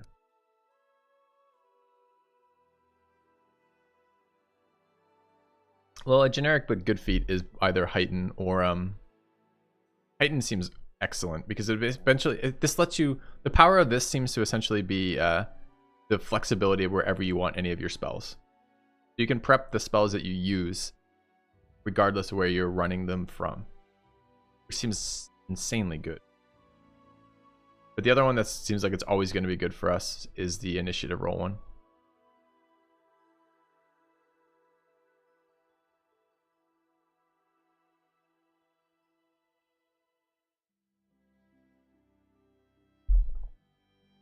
Oh, I gotta count Dolphin sub.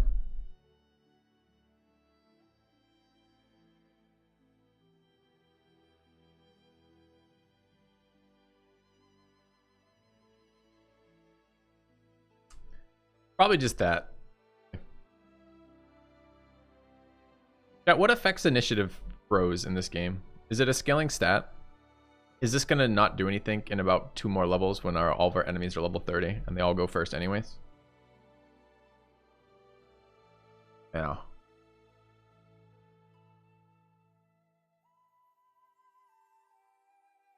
And is this our only class that doesn't run any decks? Pretty much.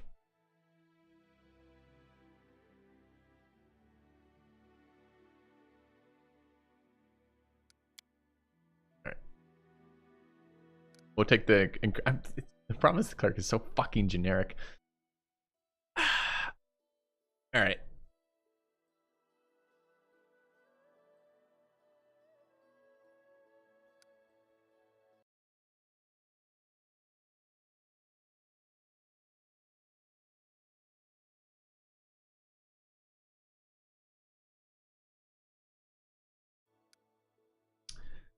I love RPGs for this reason. By the time you are comfortable enough with the system to make informed decisions, you finish the game. All right. I think this is going to be heightened for me. I think it's going to be heightened. And I think we'll pick up improved initiative at 12, or at 11 rather. We make him into a necro later, which we could with some of those attack spells. We have to invest in spell focus, necromancy, and then spell pen. I just don't know that I don't think he has the actions available to be offensively casting right now. I don't think his action economy supports it for what he does every round. Like the whole point of this sub-spec is we have this really, really powerful Blessing of the Faithful that takes me two rounds of action economy pretty much every time to apply it. Wait, you don't care? Yeah, but I care. That's why I'm making the decision and thinking through it. That's why I'm spending the time to evaluate the options here. I want to try Meta Magic Heighten, but I think we will end up with initiative. All right. It is Heighten, the one that lets me change it around, right? Yep. This feels better with the DC of the fucking wizard, too.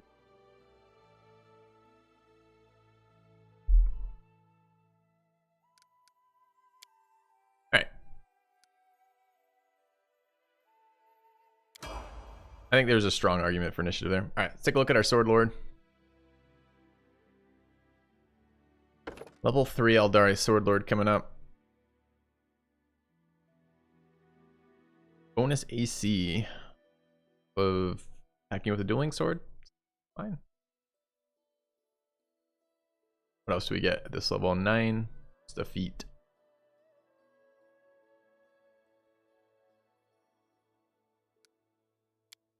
All right. Yeah. 3 here. We're not going to have mobility properly leveled by the end of the game. Kind of rip.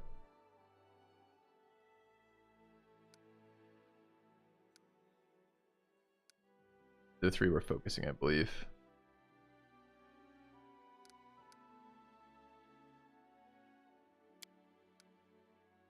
All right. And what is the build called? at 9. Better defenses. Wait. I feel like we don't have like half these ones that are listed as prerequisites. Current abilities are what? Oh, we do have Crane Wing. Okay. So we did actually get them.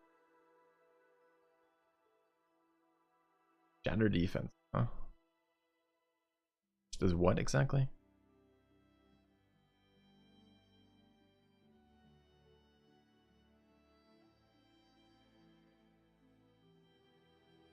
Generates flat-footed. Pretty relevant for the thug stuff. All the thug stuff needs sneak attack to hit, which requires flat-footed, or other ways of generating sneak attack. Seems fine.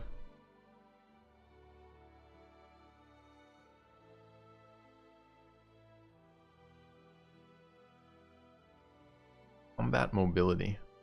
Combat mobility.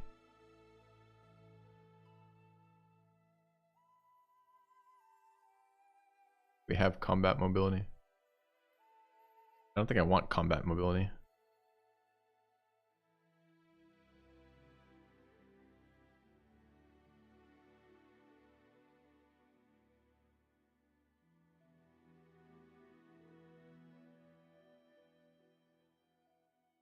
Any of these require combat mobility?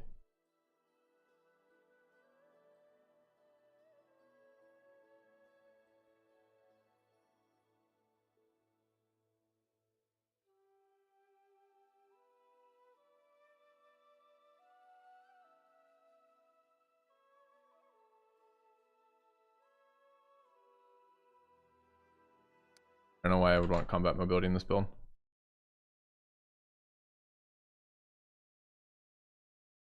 It was for duelists? Perfect. That's what I thought. It doesn't sound like something we actually want. But I don't mind grabbing better defenses here.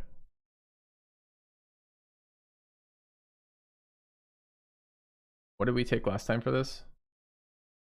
Took dual focus persuasion.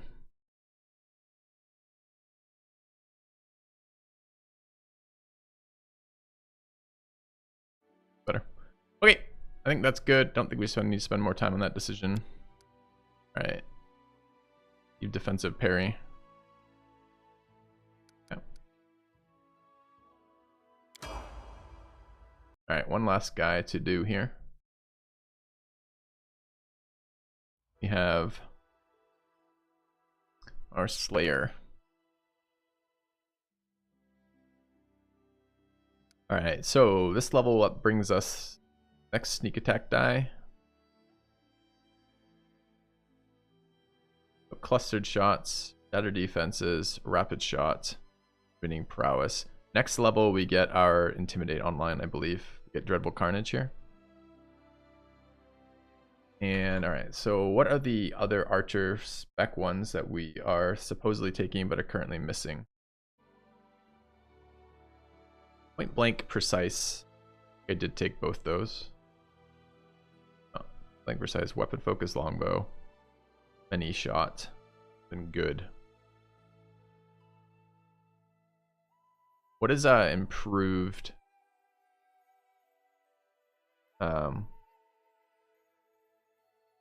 Improved precise shot take. Let's take a look. Vision, perception, you bet. And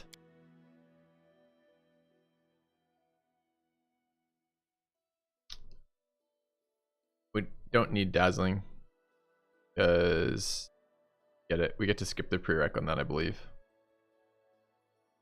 Deadly aim is one that we've been considering taking, considering not taking. We've been postponing it because we picked up that sick bow that has -2 accuracy to it already.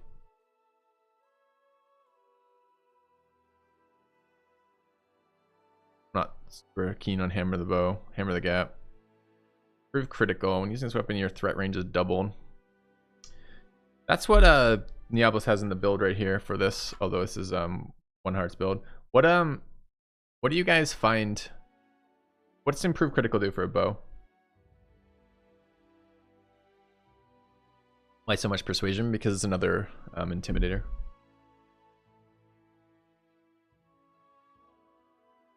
Crit's nice because we roll a bunch of dice. Sure.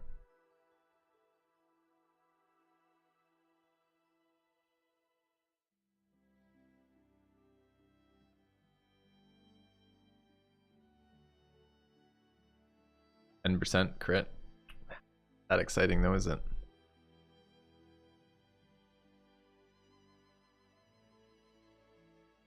So again, our bow is what now? We crit 18, 19, or crit 18, 19, 20, or crit 19, 20, or crit 20?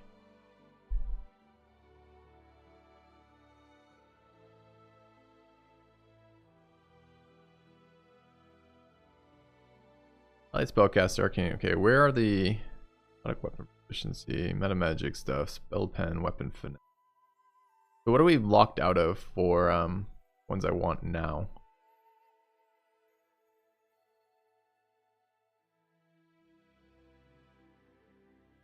Is 20 times 3? Fuck that. Dude, I don't want to do that for 5% more crit chance.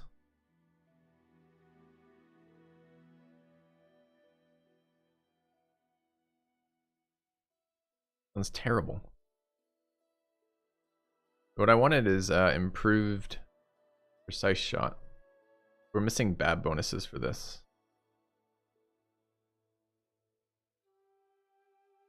Crit's important since you want to kill people for the free Dreadful Full Carnage.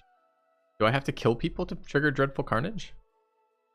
I mean, sorry, do I have to crit people? I know I have to kill people. I don't have to fucking crit them to death, right? Whenever you reduce an enemy to 0 fewer hit points, you can make a persuasion check to demoralize all enemies. Wow. What a dishonest way, Johan, of putting that forth. Because the effect I want to do is kill them. So all DPS, by the argument you put forth in chat, all DPS increases help Dreadful Carnage, which is correct, it does. But is crit the most efficient DPS increase off a single feat right now? For just going from 20 criticals to 19 to 20 criticals seems very unlikely. Feels very unlikely that's the highest way to increase our DPS when we're shooting 5 times per round with our fucking bow pretty much right now, or whatever the hell we're shooting, right? An additional crit range for triple damage is a 15% flat increase that scales with everything. So what's our current crit rate? Current crit rate is 1. Crit once. So we have a 5% crit rate and it's triple damage when it. So if we double that, our crit rate has gone from 5% to 10%. And the modifier on that, so what is that? That's, dude, I don't want to do math right now, but I guess we are. All right, so it's 19 of 20 times 1 plus 1 of 20. It's not even 1 of 20 because you have to confirm the crit. So it's like you have to like roll twice to confirm crit because you have to hit again. I'm not quite sure what that looks like for math, having never looked at the Pathfinder ones, right? And then that one, when we do hit, does 3 times damage. So that ratio then is like 18 of 20 at 1 with, I guess if I look at it that way, is that a reasonable way to kind of like think about this? What does that actually work out to be? So 19, what is 1920? That's 95%, right? So 0.95 times, what's going on? My numlock's not on. There we go. 0.95 times 1 plus 0.5 times 3. Right? That is. We don't get crit damage multipliers in this game, right? That's just part of the thing, is that's on the bow if it's 3 times or 2 times or 1 time. There's no like stat that adds to that, right?